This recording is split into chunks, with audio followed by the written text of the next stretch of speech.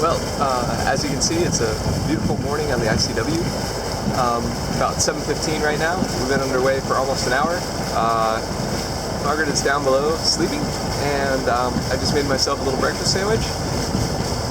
And we're heading up the Waccamaw River. We just sort of left Winyah Bay out of Georgetown, went under the bridge, and are now in the lower Waccamaw. Hey, still on the lower Waccamaw, coming up to Butler Island, for those of you who know the area. Just seeing these massive fish jump. These are like a couple of fish that I've got to look at, maybe look about 3 feet long or so. Huge, making these huge splashes. I've seen probably about 24 of the splashes and only caught glimpses of about 3 or 4 of the fish. I have no hope that I would ever get one on camera unless it happens to jump right behind me right now or something. Pretty cool. And it's been like I said earlier, just another beautiful morning. When we were coming through the Waccamaw last year, I was with my dad, and it was the end of a really long day by the time we were here. And we were just tired and hot and, sort of sick of being on the boat, or at least having to navigate on the boat. And so didn't really appreciate the scenery as much as I am now.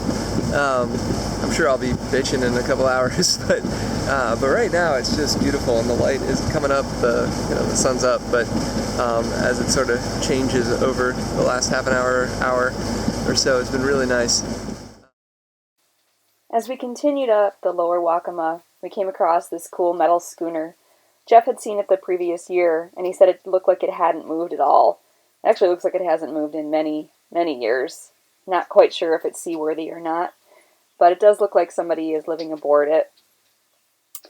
I love seeing ships like this as we're traveling. It really breaks up the sort of monotony of all of the powerboats that we see along the way. I was really enjoying this portion of the ICW. The tree-lined banks with the cypress trees and the Spanish moss are really kind of pretty and sort of sentimental and make me think a lot about the history of this area. As we were, sort of motoring along, it seemed otherworldly in some places, as if we were just in such a remote area that we could anchor and not be found or bothered or disturbed for days. The only thing that we saw, the only other living thing we saw for hours on end sometimes, was dragonflies. This one here hitched a ride. Usually we would find these small ones, but this is a really pretty big one, and they would take a break on our lifelines, maybe dry out their wings and rest for a little while. When we were coming into Myrtle Beach, I was overwhelmed by these really large vacation homes, condos, and villas. Many were created in sort of an Italianate style. There was also some that were done in a Caribbean style with fanciful pastel colors and such. This was a really cool place that we passed by. If you're ever wondering where all of the missing ICW markers are, you should check out this crazy restaurant in North Myrtle Beach. Just past this is the gondola that used to take golfers across the ICW at the Waterway Hills Golf Club. Unfortunately, it is closed, and so you won't see this traversing across overhead anymore. And shortly after that, you'll see this huge radar unit, which Jeff said is for tracking air traffic in the area. Well, we didn't end up getting to the Calabash. We're about 7 miles away, something like that.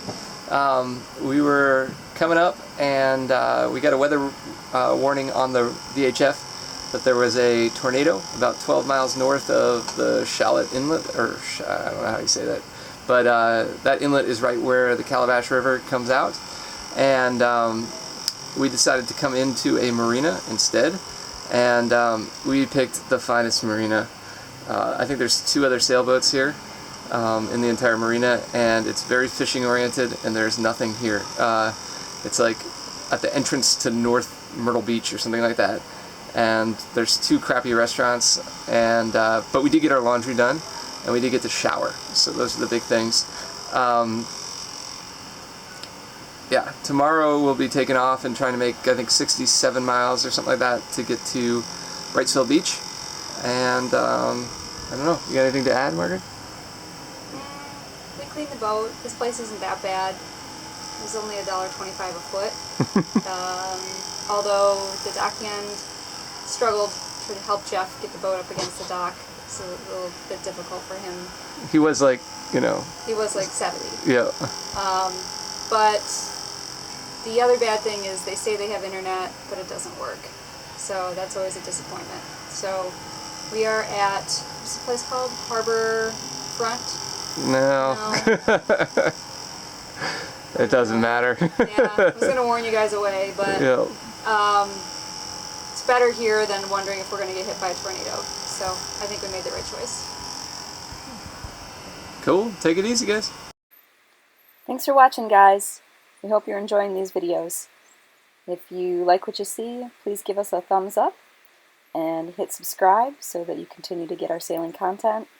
Next time, we'll have a video of us going from Little River to Wrightsville Beach.